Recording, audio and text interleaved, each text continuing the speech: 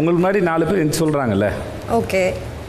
ஆனால் விஜய் சேதுபதி இப்படி பண்ணுவார் நான் எதிர்பார்க்கல. ஃபஸ்ட்டு வீக்கே சரமாரியான கேள்வி கேட்டு பெரிய சம்பவம்லாம் பண்ணி வச்சுருக்காரு. வாங்க பார்க்கலாம். ஃபஸ்ட்டு சம்பவம் ஆதிரை. எல்லாரும் எந்திரிச்சு அவங்க பேரை சொல்லும் போது இவங்க மட்டும் உட்காந்துட்டு அவங்க பேர் சொல்லியிருக்காங்க. அதுக்கு ஏன் இவங்களால எந்திரிக்க முடியலன்னு அவர் கேட்க, எந்திரிச்சு நின்று என் பேர் ஆதிரா அப்படின்றாங்க.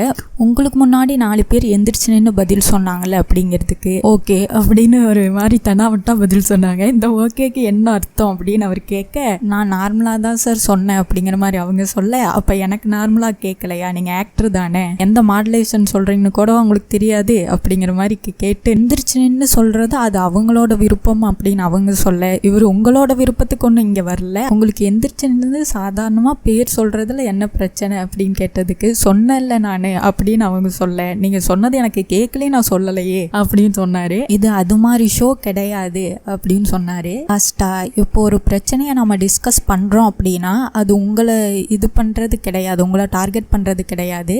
அது அந்த இஷ்யூ டிஸ்கஸ் பண்ணுறோம் அவ்வளோதான். இதை நம்ம பர்சனலாக எடுத்துக்கிட்டோம் அப்படின்னா நாம தான் ஹர்ட் ஆகும். அந்த மாதிரி இருந்துடக்கூடாது. இப்போ கோவம் வருதுன்னா கோவம் எதிராளியை பாதிக்காது, நம்மளையே பாதிச்சுக்கும். அதனால் இதை நம்ம சீரியஸாக எடுத்துக்கக்கூடாது அப்படிங்கிறத ரொம்ப தெளிவாக அழகாக புரிய வச்சாரு.